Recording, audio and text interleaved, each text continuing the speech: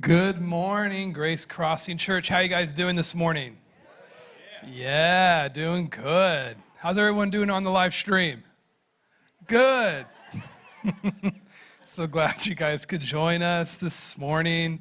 It's going to be a good Sunday. It's going to be a really good Sunday. And I just wanted to welcome anyone who is a first-time guest, whether if you are here today physically or join us online. Thank you for joining us. And we do have, if you are here and you're new, we do have a connection card we'd love for you to fill out, which is just right in the seat back in front of you. It just helps us get to know who you are and say hello to you throughout the week. So thank you for joining us today. And we have a few announcements I wanted to share. And the first one is we have baptisms coming up in a few weeks. We love baptisms, and it's happening on Easter Sunday, which is April 9th. And we just want to let you know that if you are interested in having a baptism or getting baptized, you can register. We do a register online, or you can reach out to any of our staff, let us know. We just would love to celebrate this time for you and your families or your kids.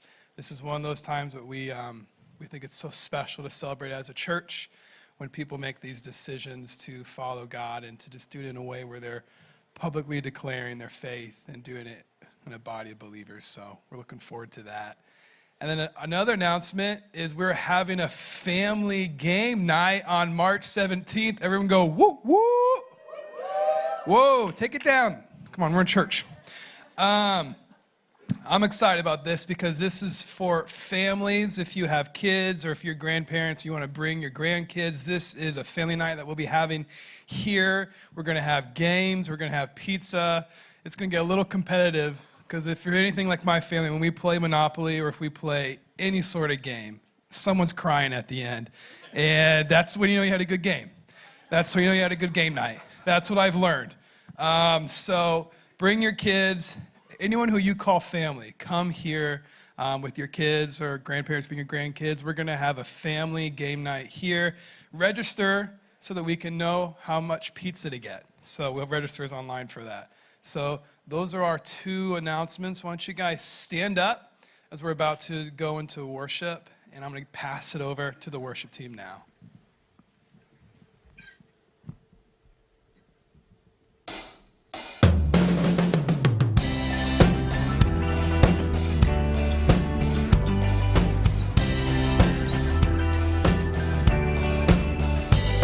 I once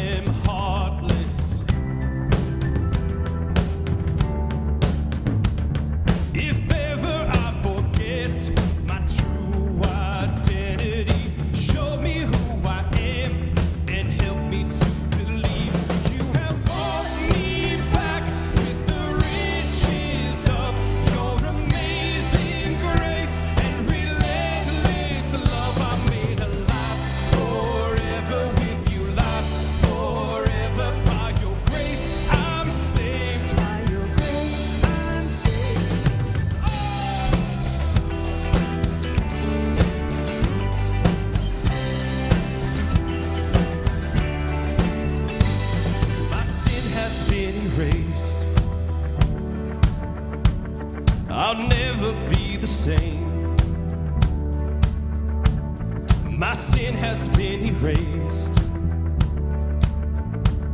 I'll never be the same. You have bought me back with the riches of your amazing grace and relentless love. I'm made alive forever with you, life forever by your grace. I'm saved. You have bought me back with the riches of your amazing grace and relentless love. I'm made alive forever with you, life forever by your grace. I'm saved. By your grace, I'm saved.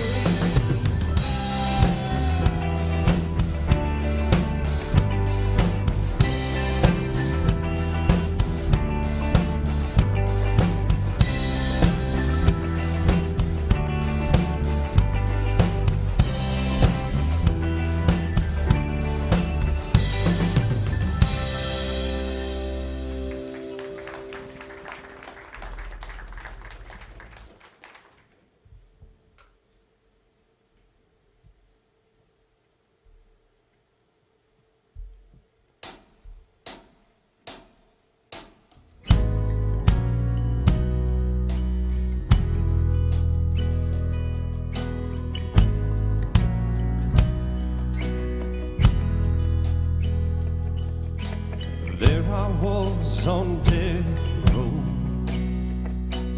guilty in the first degree, Son of God hanging on the hill. Hell was my destiny. The crowd shouting, crucified, could have come from these lips of mine. Dirty shame was killing me. It would take a miracle to wash me clean. Then I read the red letters, and the ground began to shake.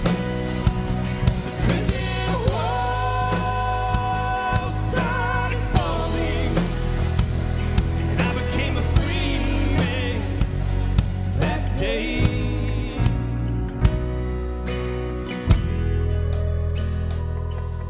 It felt like lightning hit my veins. My dead heart began to beat.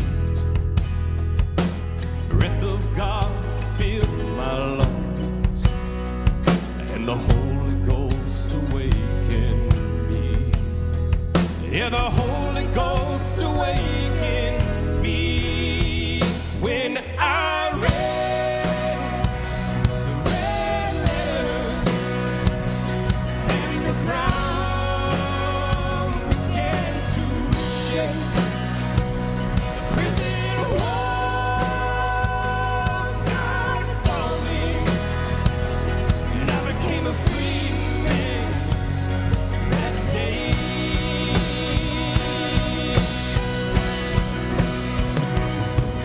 For God so loved the whole wide world, sent His only Son to die for me.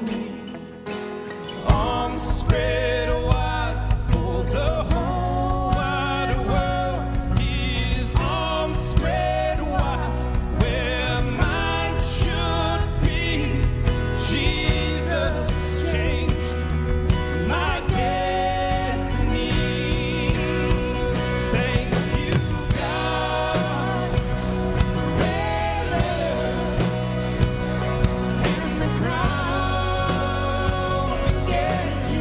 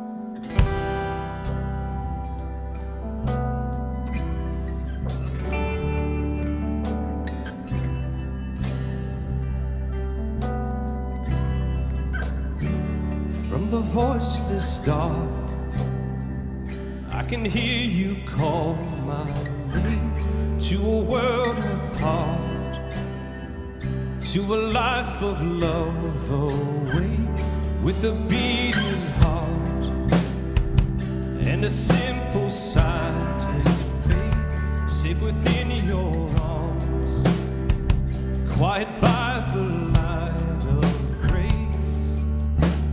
There in the cradle of life you held my breath, and here at the table of wine, broken bread, I find all I need. You were all I need. In the air I breathe, in the joy of being hidden in your time, till the life ahead. You were all I need. You were all I need. When I'm lost in joy, in the timeless song of praise, you're the sacred voice, singing purpose into place, even in the void, in the sudden wake of pain, when the shadows join. Still I'm in the line of praise. There in the waves of this life, you hold my breath. And here at the table of wine, broken bread, I find all I need. You were all I need. In the air I breathe, in the joy of being hidden in your time, till the life ahead. You were all I need. You were all I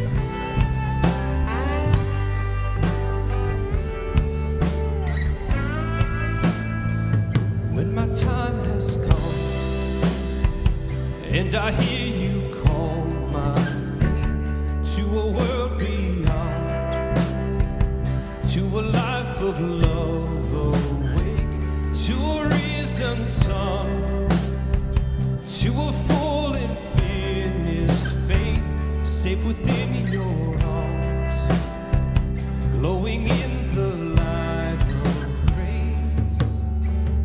All I need, you were all I need. In the air I breathe, in the joy of being hidden in your time, till the life ahead. You were all I need. You were all I need. In the air I breathe, in the joy of being hidden in your time, till the life ahead. You were all I need. You were all I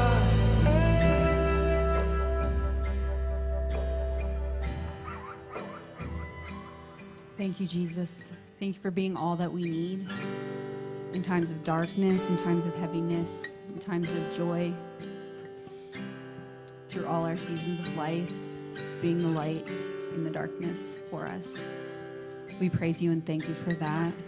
We thank you for being with us here today, allowing us to be in your presence. Be with us through the message, speak to us, open our hearts to what you have for us, and guide us in that for the rest of the week. In your precious name, amen.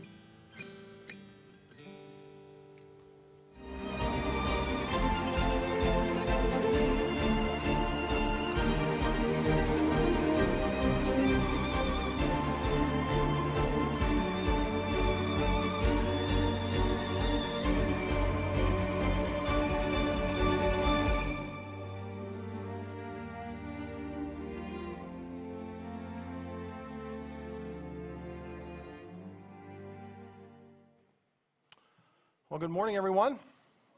Welcome back to our series, Transformed. It's really good to see all of you here this morning. Thank you so much for joining us. Great to see those who are joining us by way of our broadcast today. Good to see you as well, and it's good to see me today. It's good for me to be here today. I'm so thankful. So I wasn't here the last 2 weekends, and some of you are aware that I had a fever that lasted for 7 solid days. I've never had a fever that lasted more than a few days, coupled a few days, so this was really odd for me to experience a fever that lasted that long, and I had a number of symptoms, but my greatest symptom was just fatigue. I was just tired, and I'm not a nap guy, but I took 3 to 5 hour naps every afternoon during my fever, so it was pretty incredible. I was getting good rest. I was trying to stay hydrated. I had no appetite. But thanks be to God, I've been restored, I've been strengthened. This past week was a great chance for me to kind of regain my energy, reset my rhythm, and get back to a place of health where I can come and share with us this morning. So it's really good to be here. And I want to begin this morning by telling you about a dream I had while I was sick. So the third night of my fever, I had a dream that I was talking to a GCC alumni, someone who's no longer here. They live in the Carolinas now. But I happened to run into them at a restaurant, and we got engaged in conversation, and I completely lost track of the time. I looked at my watch, and I realized I was 30 minutes late for a funeral that I was presiding over. Problem was, I didn't know the name of the decedent. Had no idea who it was. I hadn't a clue of what I was going to say. I hadn't prepared any kind of message. I didn't come with any notes. I didn't have any. So I show up 30 minutes plus late for this funeral, and it's a large outdoor funeral. And lots of people are there. Some of you were there in this dream. You were in the crowd. I didn't have a clergy card, which usually you get when you're presiding over a funeral. And I just felt totally disoriented. I remember going to different people in the crowd and asking them, hey, who is the decedent? Tell me about them. And they wouldn't even tell me their name. In fact, what they did was they made these really snide remarks to belittle me, humiliate me. I mean, I was feeling like a complete fraud and a complete failure. And the second half of my dream didn't make matters any better. Because the second half of my dream, I realized while I'm trying to figure out who this person is that I'm doing a funeral for, I was supposed to be speaking at a service here at Grace Crossing Church. So I double booked. Now for a type A, Enneagram 8, I was in full-on panic mode in my dream. Full-on panic mode. And I shared with you several weeks back that one of the great works of transformation in our life, of growing into emotional adulthood, is actually learning to go back, to break through the pain and the power of our past so that we can experience freedom in this life. Well, in that experience of waking up from that dream, I actually had to return again to what it was like being a child. I recognize that whenever I'm sick, and I've shared this with you before, when I'm sick, it is much more difficult emotionally for me than it is physically. I always have a shadow I carry with me, but the shadow is usually quite small and very quiet. It's a shadow of inadequacy. That shadow gets much larger when I feel weak, when I start to feel sick. The shadow becomes more boisterous. The shadow becomes louder for me. And that was certainly the case, to the point that I had not experienced the volume of this shadow and the size of this shadow of inadequacy, of feeling a lot of self-doubt like I did during this particular sickness. Now, I just have to go back to my family of origin and into my childhood, especially during my most memorable years, which are my elementary years, and I remember that being sick for me came with feelings of shame, rejection, and belittlement. I did not receive care and comfort when I was sick. I, in fact, was felt like I was made to be more of a burden when I was sick. I was told often, listen, you go to school, and I did go to school sick many times, and was actually brought home on the bus one time as an only child sitting on that bus, feeling sick and knowing I had to return home. I remember as a kid being told, if you're going to stay home and you're sick, you're going to be in your room, in your bed all day long. And I made an agreement as a child that I've carried in life with me. And that agreement is, when I'm sick, I'm not lovable. Best for me is just to hide away, just to not show my face to anybody, just to isolate. And so I connected some dots actually in this sickness of the reason I don't like to see people, I don't like to be in a video chat with people when I'm sick, is I don't want to see them seeing me. And I realized there's just a profound impact that has come into my life that I carried today, which is a script that I have to break agreement with all the time. Now, this morning, we're going to talk about some of what I believe are the most daunting and challenging concepts of transformation and emotional maturity that we've talked about thus far.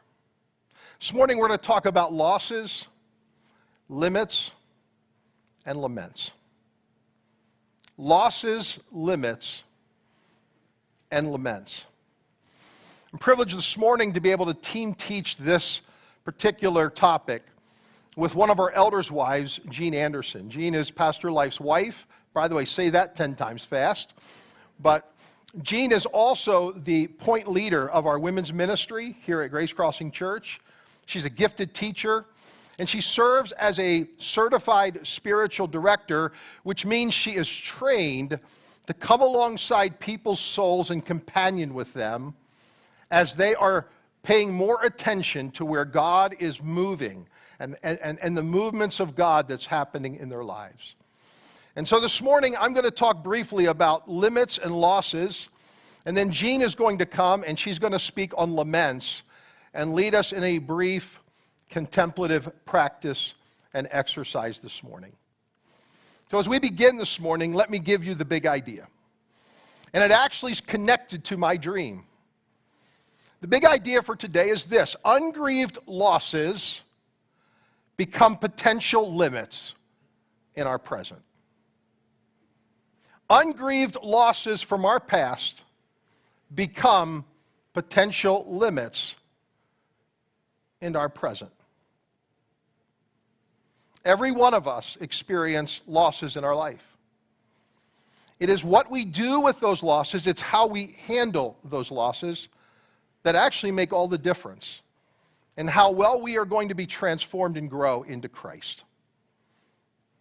So psychologists suggest that it is not as much what happens to us, the circumstances and experiences of our life, but rather how we interpret them that define us. So it's not as important what happened to me as how I interpret or view the things that happened to me. It means that my future largely depends on my perspective of my past, how I look at it. Which brings us to our catalyst verse that we've been unpacking in this series. It's Romans chapter 12, verse number 2. It says this: let God transform you into a new person by changing the way you think. Let God transform you by changing the way you think. Notice here there is a work of God and there is a cooperation on our part. God is the one who is doing the transformation, but we are the one allowing it.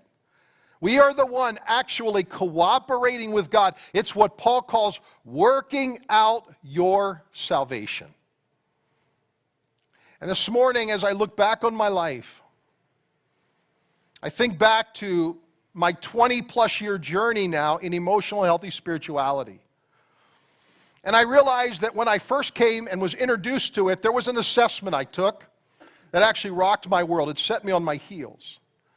Because the assessment was all about how we do in different areas of our life that we talk about here at Grace Crossing Church.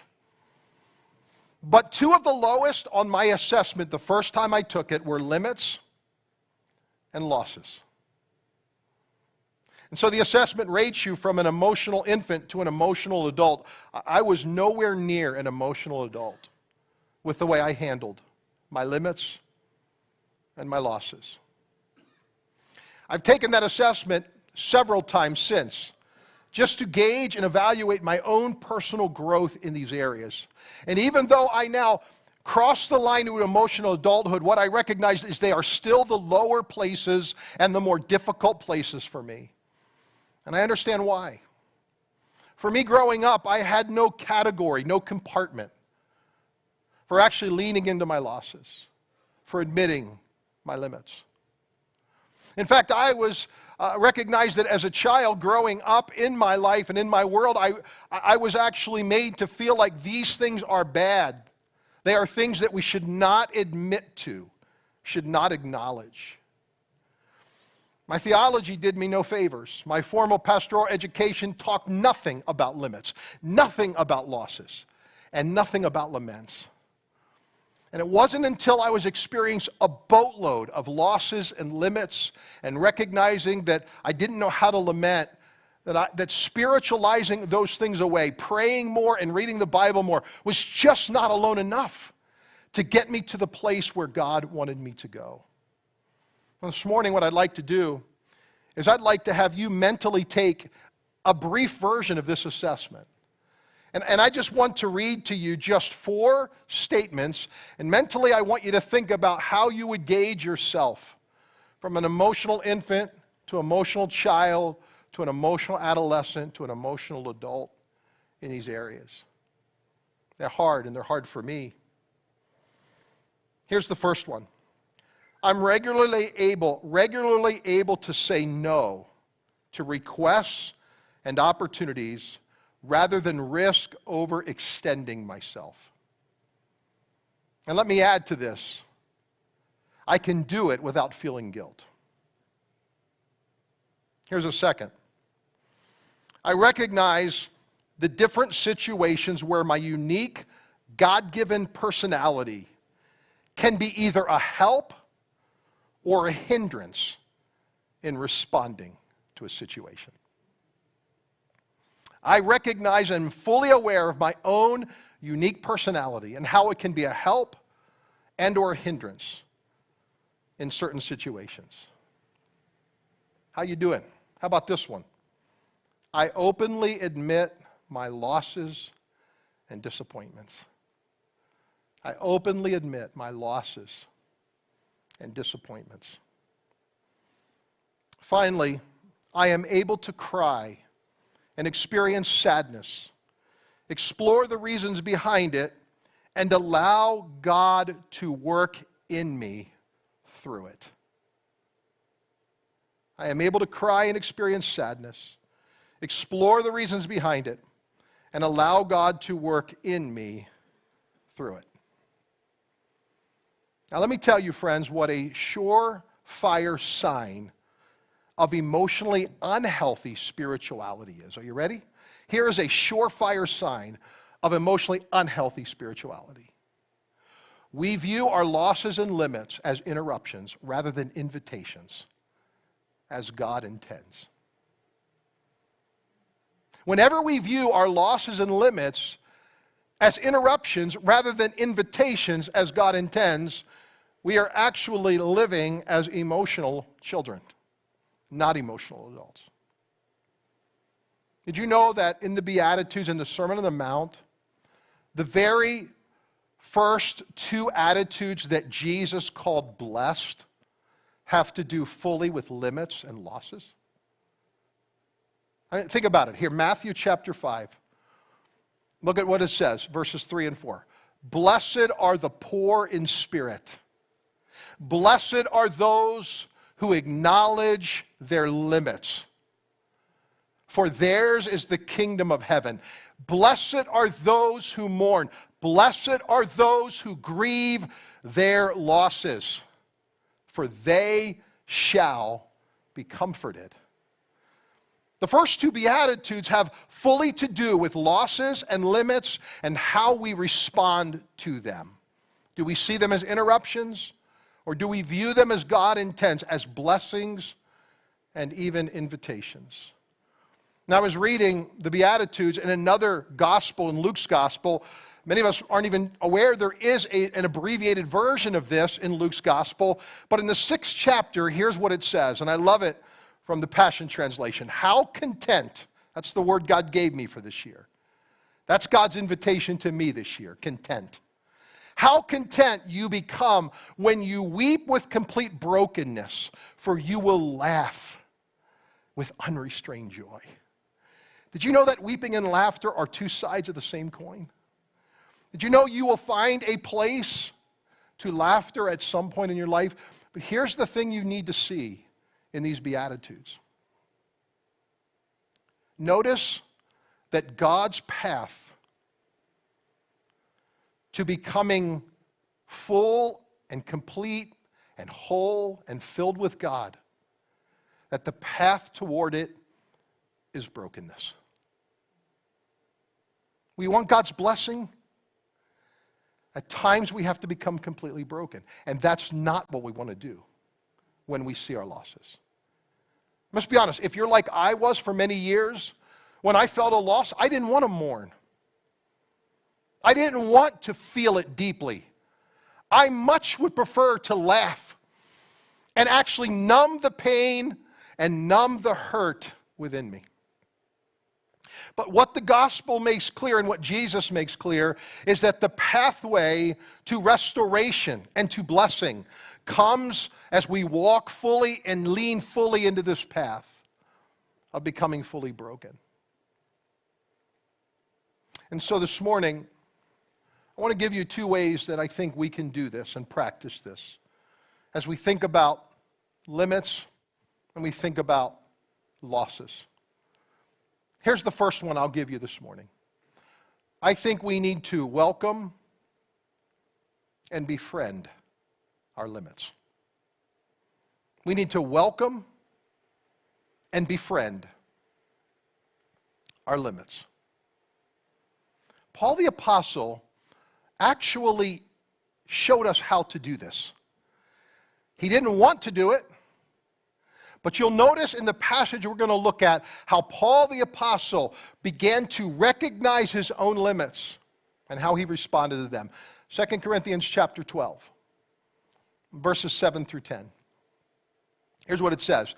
In order to keep me from becoming conceited, I was given a thorn in the flesh, a messenger of Satan to torment me. 3 times I pleaded with the Lord to take it away from me. But he said to me, my grace is sufficient for you, for my power is made perfect in weakness. Therefore, I will boast all the more gladly about my weaknesses so that Christ's power may rest on me. Now notice how Paul concludes. That is why, for Christ's sake, I delight in weaknesses, in insults, in hardships, in persecutions, in difficulties, in limits. For when I am weak, then I am strong. Here's what Paul the Apostle teaches us. He teaches us that limits humble us to keep us from becoming proud and conceited. He teaches us that limits ground us. They keep us tethered to our humanity, to our frailty, right? I was given a thorn in my flesh. That's what limits feel like. And limits focus us. They focus us on where our source of power comes from. And it is not our own. We are not the ones who conjure up this power to live a transformed life. It is God in us through Jesus Christ that we now experience that His power is made perfect in our weakness and our limits. And I tell you, one of the greatest ways you can lean in and grow into maturity with your limits It is to admit them. It is to confess them. And it is then to invite others and allow others to love you within your limits. Because until we learn to be accepted and loved in our limits, many of us will live with scripts in our life that are not true. We will believe lies that are not true. We will not break agreements that we've made in our lives. So during my week of sickness, the morning of the dream when I woke up, later that day I reached out to the other elders at our Grace Crossing Church. I confessed to them how I was feeling. I said, this shadow of inadequacy is big right now for me. I'm feeling pretty overwhelmed, having a lot of self-doubt. And I just need you to know that I need your prayers. I need your support.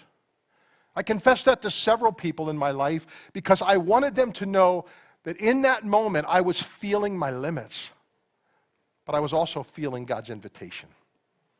God's invitation to come to me, to strengthen me. And when I did that, and even when I got on a video call with Life later that week, and I was going to do phone, and he said, why don't we do video? And I didn't want to do video, but I did video. And it was seeing him see me in my weakness. It was seeing him see me in my sickness that God used as part of my healing this past week. So we got to learn to welcome. We got to learn to befriend our limits. And the second thing we got to learn to do is integrate our losses. We've got to integrate our losses into the deeper part of who we are. So let me give you two sobering realities. Losses will either diminish your soul or they will enlarge it. They will either make you less or they will make you more. Losses will devastate you or transform you, but they will never, ever leave you the same. When you experience a loss, you'll never be left the way you were. And Jesus himself modeled for us how to integrate loss into his own life. We have a story, an account of Jesus hearing about one of his dear friends, Lazarus, who died.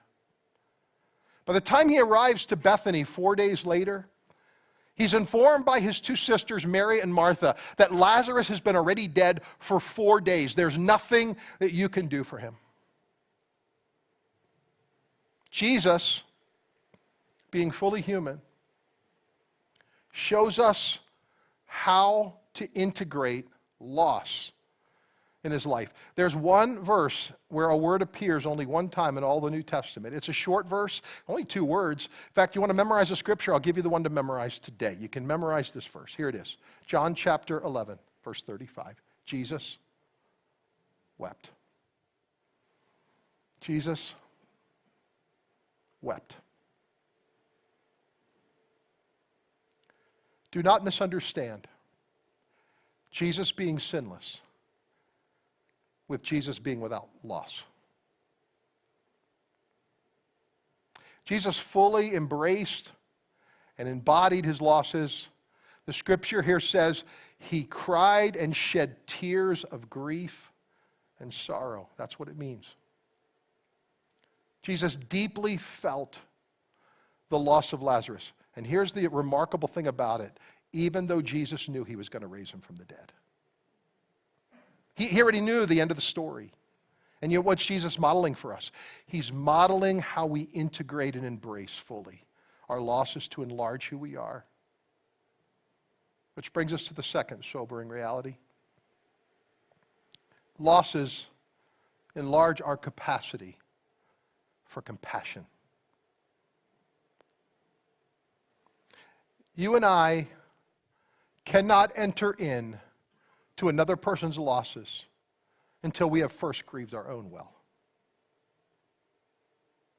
And what Jesus models throughout the Gospels is his ability to be able to move into the losses of others with a deep level of compassion. We read this several places. I'll just use Mark chapter 1, which actually tells us in verse 41, moved with compassion, Jesus reached out with his hand and touched him. Now, this word compassion is very misunderstood. It does not mean to have pity for someone. It doesn't even mean to empathize deeply with them. The word compassion literally means to suffer together.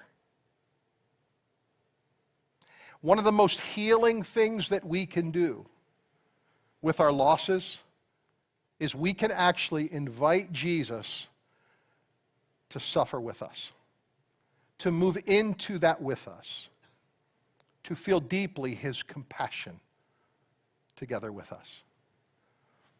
When my mom passed back in September, one of the great gifts that was given to me that week was a text I got from Jean Anderson. It was a text of a picture I had seen in their home when I was there before, and she had told me about it. But during that week, she sent me this image that I want you to look at this morning. It's an image of Jesus weeping,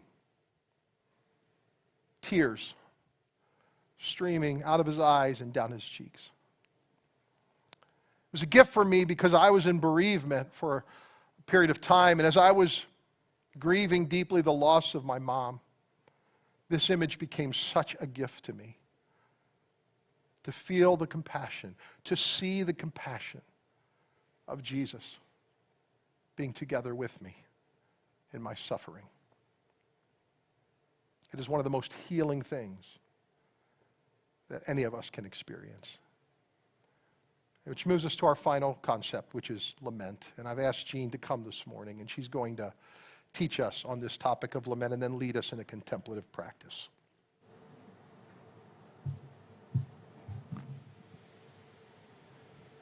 Thank you, brother. Thank you so much. This is the original. It was given to me by one of the people that I sit with, and it's become very precious. Lament. What I've come to discover in terms of lament in my own relationship with grief and loss, because we all have a relationship with our grief and our losses. And what I've come to discover is the gift that was given to me in the spiritual practice of lament. Became apparent that I was similar to Gil. I was not brought up in a home where I understood what to do with difficult feelings, hard feelings. I had no idea. My dad shut them down, and my mom, they were dripping from the ceiling. And so I had to really learn what to do. And lament became the ticket. I finally understood that what a lament is an ability a tool God gave us to unlock the processing of our grief and our loss. So what is a lament? Well, biblically speaking, it's a prayer. It's a prayer expressing and processing our sorrow, our pain, our confusion, and even our complaints to God. In fact, 1/3 of the Psalms are laments. There is an entire book of the Bible of laments called Lamentations. I believe God was speaking, hey guys, this is important. Jesus practiced lamenting. In Luke 19, Jesus weeps over Jerusalem for their unbelief. In Mark 14, in the Garden of Gethsemane, Jesus is weeping and asking for a change of plans. In Matthew 27, Jesus, dying on the cross, offers a lament, a my God, why? Why are you forsaking me? Hebrews 5:7 sums up Jesus' relationship with grief. It says this: during the days of Jesus' life on earth, he offered up prayers and petitions with fervent cries and tears to the one who could save him from death. and he was heard because of his reverent submission.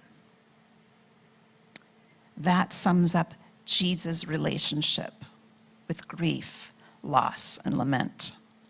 Well, if it's biblical, and our Lord and Savior practiced it, and it's a tool given by God to us to actually walk through our grief, then why don't we practice it? That was a head scratcher for me. What I came up with was about 3 reasons. There's more, but we'll start with 3. I think the first reason, and Pastor Gill alluded to this, the first reason that we don't practice lament is because we have a very poor theology of grief and loss and suffering. Very poor in the Western Christianity. In terms of what we're taught or modeled in our Christian churches in the West here, we're really taught and modeled that to claim victory in Jesus very quickly in the midst of something hard, or to claim victory in Jesus. Now, is that true? Of course. But it's missing a huge element, is it not? We've been taught and we've been modeled that feeling those hard feelings that come with grief, that those are evidence sometimes of a bad faith, of a lack of belief in Jesus. Because you're sad or you're angry. You must not be you got to trust God, people say. So we have been immersed in a very incomplete theology of grief and loss. Rejoice in the Lord always. Again, I say rejoice. Yes, but is it time for that? In fact, recently, I was made aware of a tragic story.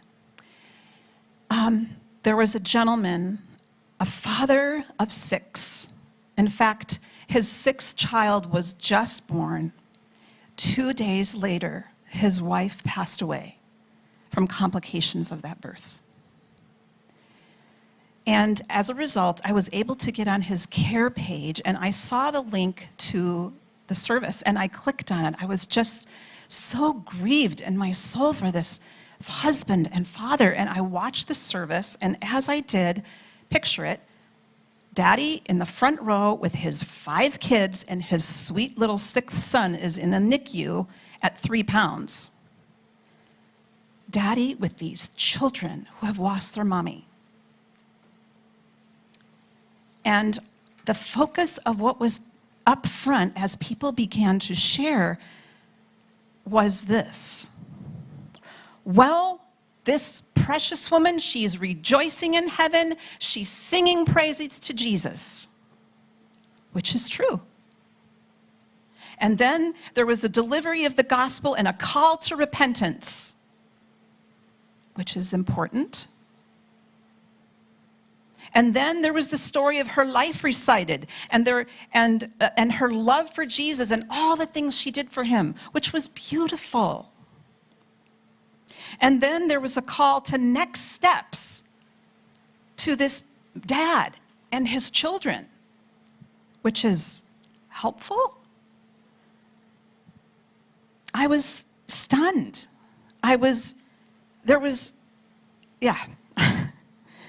There were no tears, no mention of what these individuals that are sitting in these seats is going through. Where was the mourning? Where? They had shared what was true. They had shared what was important. They had shared what was beautiful and helpful, but they lost out on what was everyone needed in that moment. What was needed was lost. And I kept thinking, I wonder what Jesus would do. I wonder what he would say if he was in this moment. And I was so glad Pastor Gilly referred to Lazarus' tomb, because I think Jesus would have done something really similar to what he did at Lazarus' tomb in that moment. I'm pretty sure he would have cried bitter tears for this family. I'm pretty sure he would have gathered that family, he would have hugged those babies, and he would have looked them in the eyes, and he would have let them see his eyes of deep mourning. I'm sure he would have just held them close. But there was none of that. And everyone there and everyone watching lost out on what they needed. Whew. Takes my breath away. So that's the main reason why we don't lament, is we've been given a poor theology, friends. We can change that, right? We can. Secondly, lamenting and walking towards our grief and loss, it's uncomfortable. It's uncomfortable. I don't like it. In fact, a lot of times, some of us worry. We worry that if we start feeling all of those hard feelings, guess what? It's never going to stop. I will be like Niagara Falls, and it won't stop. And we fear that. So that's another reason, the second reason why we don't lament. And thirdly, it's counterintuitive. It's counterintuitive. Why? Because human nature, human intuition is to run away, to push away the things that are dark and hard. That's our intuition. But to follow the way of Jesus is counterintuitive. To follow the way of Jesus, we are asked to suffer like he did. Isaiah 53:3 talks about what Jesus was truly like. Now this is a prophecy of Messiah to come, but as you and I know, he became Messiah, so this is him. He was despised and rejected, a man of sorrows, acquainted with deepest grief. We turned our backs on him and looked the other way. He was despised, and we didn't care. I think of that family. They were feeling rejected. They were sorrowful, and we didn't care.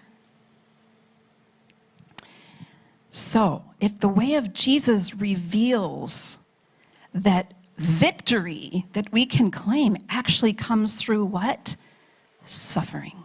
And Pastor Gill alluded to that. But I want to pause here a minute and talk to those that have been traumatized. I want you to understand something, that pushing our pain away is actually a coping skill, God-given coping skill given to children. When children undergo something that's too overwhelming for them, their brains literally shut down. And that's actually a gift to them.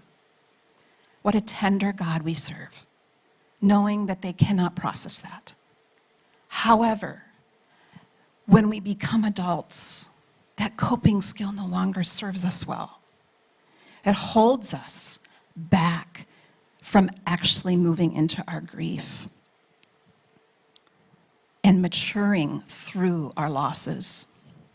Well, what are the ramifications of not practicing lament? What happens when we don't practice and we stay stuck? First of all, there's 3 reasons that I'm going to give you. The first one is this: we become less human.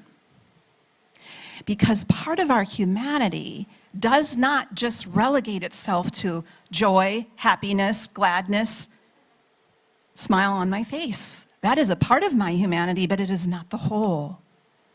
So when we don't move towards those things, we are not fully human. And then secondly, we become dishonest. Thank you, Emmett, last week for your sermon on honesty, because isn't that true? The majority of us, when we withdraw, when we push away our losses, when we try to spiritualize them and say, the joy of the Lord is my strength, when we do that, we are being dishonest. You know, The third reason is actually really, really important. And I had no idea until probably in the last few years the effect, the ramification of not dealing with my grief on my body. That researchers are finding now that so many of our physical ailments have so much to do with unresolved, unprocessed grief and stress. That avoidance of pain that we talked about, where we want to push it away, that avoidance of pain demands energy in our body. It demands energy to keep it at bay. And then as a result, that blocks our body's natural abilities and our mind to heal. It blocks the healing process. Research shows that avoidance behavior makes depression, anxiety, sleep issues, and many other physical problems more likely. Efforts to avoid hard reality and loss can cause fatigue. It weakens our immune systems. It increases inflammation and prolongs other ailments that we already have. I had no idea. But our bodies are directly connected through our muscular system and our limbic system. Everything's all related. Well, those are the ramifications of not practicing lament. But what are the benefits of practicing lament? Well, obviously, it's the opposites of what we just said, right? So by practicing lament, we become more human, we become more honest, and actually, our bodies become more healthy. What are the other benefits? Well, again, we get to follow the way of Jesus. If we are to follow in his footsteps because he was the suffering one, then we too can become that. Romans 8:17 says it this way: now, if we are children, then we are heirs, heirs of God and co-heirs with Christ, if indeed we share in his sufferings, in order that we may also share in his glory. Do you see the balance? Do you hear the balance? That the suffering ends up also sharing in his glory. So beautiful. Well, if we're walking in the footsteps of Jesus, if we're walking in the way of Jesus, what benefits us in this space? Pastor Gill alluded to it, and he called it compassion. Ladies and gentlemen and friends, not only do we get to receive God's compassion when we lament, but we also get to give it, as he mentioned as well. And I'm going to get a little bit more particular here. And I want to share with you something that I've understood about compassion. There's three components of compassion. Pastor Gill talked about it's that shared suffering, right? But there's three components of that that are really necessary to understand. One, and he shared this, is being seen. Being seen, even if you're sick and you don't like how you look. Being seen for what you're feeling and having someone notice it. And then after we are seen, we are felt. My feelings are felt. I'm felt. Like that image. We see Jesus. We feel him feeling our heartache. We are seen, we are felt, and then we are attended to. I think of Hagar. When she ran away from Sarah and Abraham in the desert, she ran away because she was being abused. And the Spirit of the Lord, the angel of the Lord, came to her in that moment. And what did he do? She named that place El Roy, the God who sees me. In fact, she said, I have seen the one who sees me. And the angel not only saw her grief and her her grief, but he felt her grief. She saw his eyes of grieving for her, and he attended to her. He told her, go back, it's going to be okay. Seen, felt, attended to. When those components are in motion, that's compassion. Neurobiologically, let me tell you how this works. Sorry if I'm getting a little geeky on you. But neurobiologically, this is how that works. We have something in our brains called mirror neurons. And the second that we are born, the second a child is born into this world, that baby immediately is scanning their horizon, scanning their environment, maybe not with their eyes yet, but with their skin. They're scanning who is going to see me, who is going to notice what I'm feeling. What are they going, are they going to feel what I'm feeling? Are they going to attend to me? Those mirror neurons are searching their environment. And when they have that mama or that daddy or that grandparent or that neighbor, when someone comes in and sees their hurt and they feel their hurt and they see it on their faces and they're mirrored, what they're experiencing is seen in the other person. And then not only that, but they're attended to.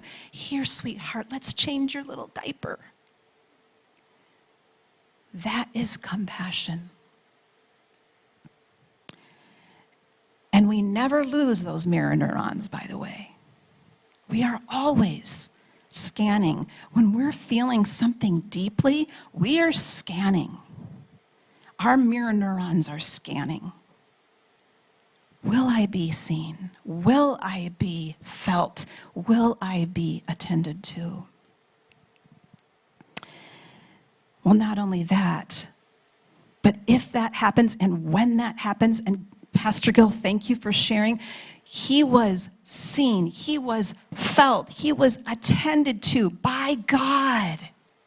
That's what laments do. That is what laments do. The compassion of God rushes towards us. And he sees us, he feels us, and he attends to us. And when we receive that compassion from God, guess what? We've got a bank account here of compassion, and then we can give it to someone else. We can show compassion. Colossians talks to us about clothing ourselves with compassion. Guess what? That experience that you had with Jesus where he gave you compassion, that's your clothes. And when we're clothed with compassion, we can give it. I want to share with you a story about that actually happening very recently. My dear friend has been living with an ongoing, debilitating disease for nearly 7 years. Understandably, her focus has been on wanting her health to change. So she has pleaded with God for full healing in more ways than I can count. Yet her health remains the same to this day. She focused on claiming his promises over her, and this was all good. This was all good. But something else needed to be expressed. Within the last few months, she had a moment in front of her kitchen window that she told me about recently. And it was a moment with God that she didn't expect or was planning. It just spilled out. And as she was standing there in front of her kitchen window, she raised her voice to God. Fists clenched in the air, finger pointing, arms waving, sobs, tears falling down her cheeks. She yelled at him for disappointing her. Why didn't you come through when you knew that I needed it, then you knew that I wanted it? I thought you'd promised me. Why? And after it was all done, she waited in exhaustion, wondering if God would now reject her because of her raw, honest rage. But as only God can do, his presence actually came with warmth, with acceptance, and a deep compassion for her pain. She had lamented in her kitchen window, and as a result, she felt seen, she felt, and she was attended to by God. Fast forward to last Tuesday. She was rushed to the ER in an ambulance with issues of paralysis. The nurse that was checking her in was simultaneously being verbally battered by another patient in the waiting room. This is all happening simultaneously. Also simultaneously is other people in the waiting room with their phones open trying to videotape this nurse doing something wrong. And the nurse began to cry. And my friend was sitting there with paralysis and barely able to breathe, and yet noticed this woman begin to cry. It was time for her to be wheeled back into her room, and they wheeled her back. And as she just had this sense of what she was supposed to do, they wheeled her back into the room, and my friend sat in her wheelchair and she patted her bed. And she said, "Can you sit down just for a minute? Why don't you sit down?"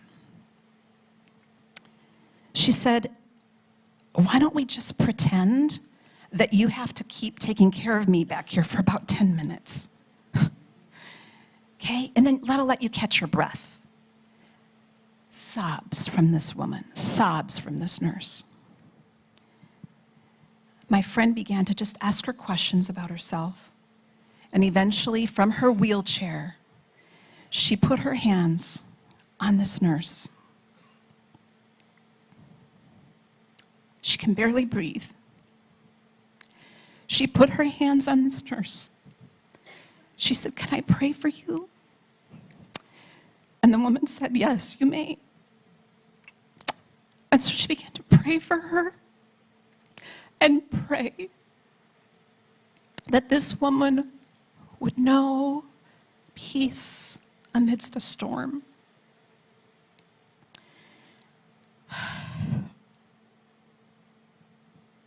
And slowly, this woman calmed.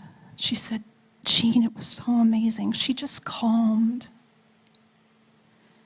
And then she started talking about her kids and the animals that she rescues and so on. But what a moment. This woman felt seen. She was felt. And she was attended to by my very, very ill friend. What a beautiful picture of the full circle of compassion. How would we have missed that? How would she have missed that if she hadn't taken the time to walk through her own valley and to lament to God and share with him her honest, raw feelings that would have been lost? Well, how do we practice lament, my friends? What does that look like?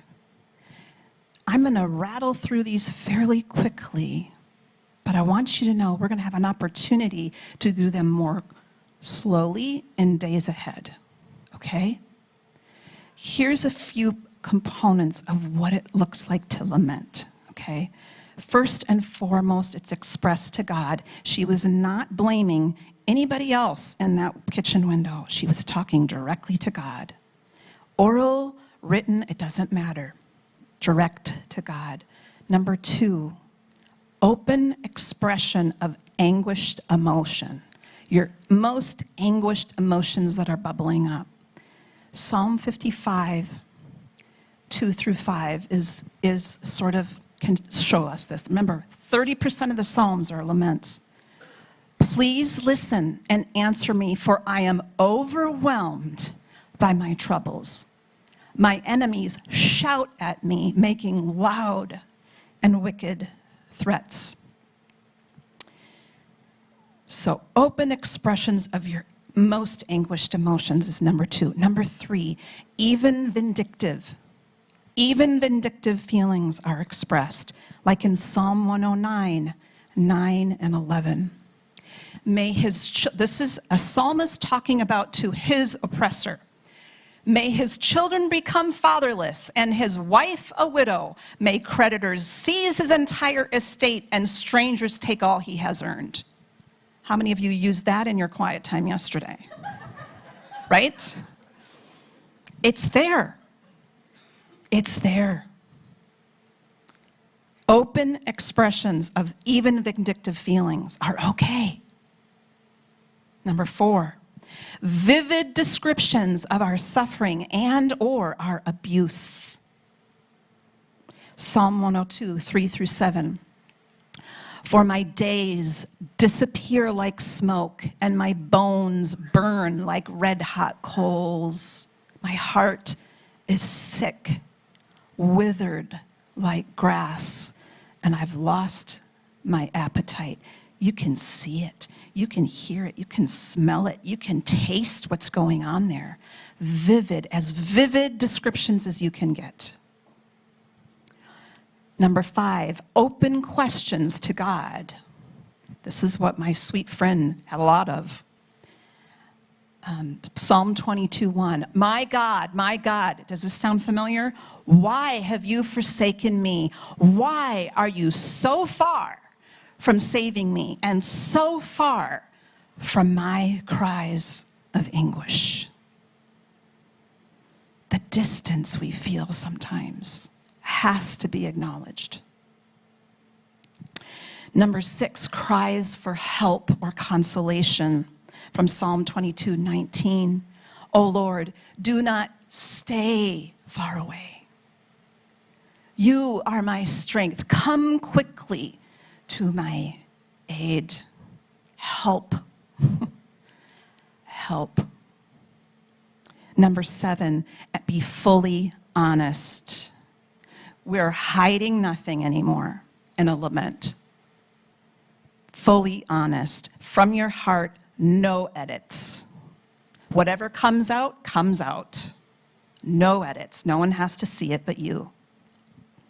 Number 8, if possible, this is if possible. There are laments that do not end this way, but if possible, end with a declaration of truth amid your pain from Psalm 27, 13 and 14. Yet I am confident. There's been lament in Psalm 27, and then the psalmist says this, yet I am confident I will see the Lord's goodness while I am here in the land of the living. Wait patiently for the Lord. Be brave and courageous. Yes, wait patiently for the Lord. That is how we practice lament. Very raw, very real, unedited, fully vivid, as much as possible. Okay, a couple announcements about lament, okay? As a church, we wanted to bring the idea of grieving our losses into community. So we will be offering 3 opportunities for you to participate in what we're calling compassion communities, where you will be seen, where you will be felt, and where you will be attended to by God and others. And we'll also learn in those groups, we'll learn how to write and practice lament a little bit more deeper than what we're able to do today. There will be 2 in March, the 19th and the 28th, and there will be 1 in April, date to be determined. If you'd like to attend one of those, and I would highly recommend this, if you would like to attend, please register on our website Space for each is going to be limited because of the tenderness of the topic. Also, we're really sad, but we're not going to be able to provide childcare for the compassion communities for a variety of reasons. That said, those of you with small children, parents with small children, you may have to, between mom and dad, divide and conquer a bit. Or if you're a single parent and that's not an option, please contact Debbie at gracecrossingchurch.net, and she'd really like to help you with those details. In addition, on your way out, you're going to be given a little takeaway gift. And it is a picture of the one that we have been referring to today on the front. On the back are some questions that I'd highly recommend you working through this week in your time and quiet and stillness. And they will be available out the back door as you exit this morning. But before we exit, as Pastor Gill has shared, I'm going to lead us through a little bit of a prayer time, okay? Largely because this is kind of heavy, but also because we have a God that wants to come to us in the heaviness. He doesn't want us to spiritualize it away anymore. We're done. We're done with that. We're going to walk in it. We're going to walk through it. Okay? So what this is called a breath prayer. And it's basically going to be inhaling a part of a prayer and then exhaling a part of a prayer. And I'll lead you through it. What I want you to do now is just simply to close your eyes. Close your eyes. And first, what I want you to do is just to pay attention to your body. Where are you feeling your grief, your losses, your limits today in your body? That takes practice, so if you can't feel it right away, that's okay. Try to pay attention to it.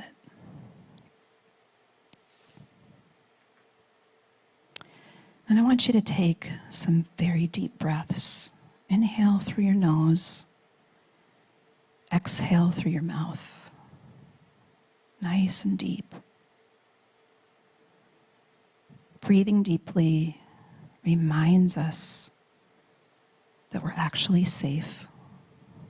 It tells our brain that it can stop fighting, fleeing.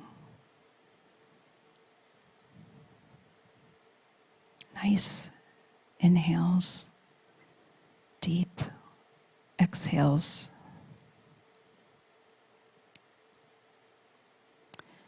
What I'm going to ask you to do is to breathe in the word you. You're speaking to God now. So on your inhale, you're going to say you. And on your exhale, you're going to say, see me. Inhale you. Exhale, see me.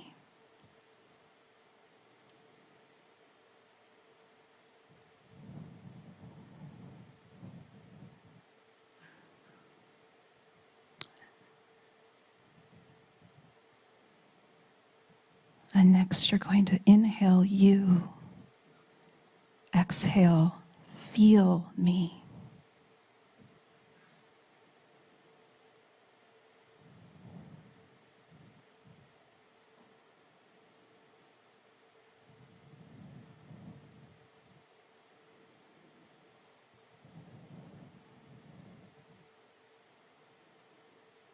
And then inhale you.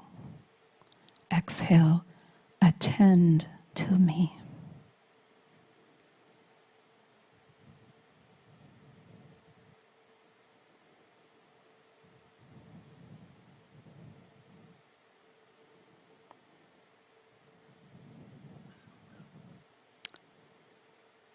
You see me. You feel me. You attend to me.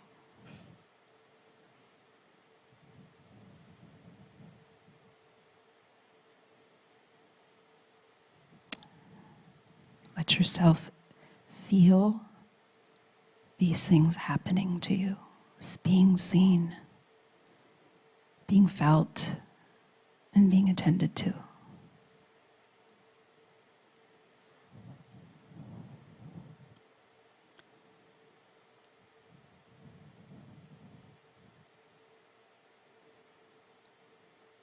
We're not going to have a closing here. We're going to just let everyone take their time to spend as much time as they want with this breath prayer. So whenever you feel ready, feel free to go, but please exit quietly for those of us that would like to stay and pray. You can take your conversations in the gallery today. Feel free to stay as long as you want. You see me. You feel me. You attend to me.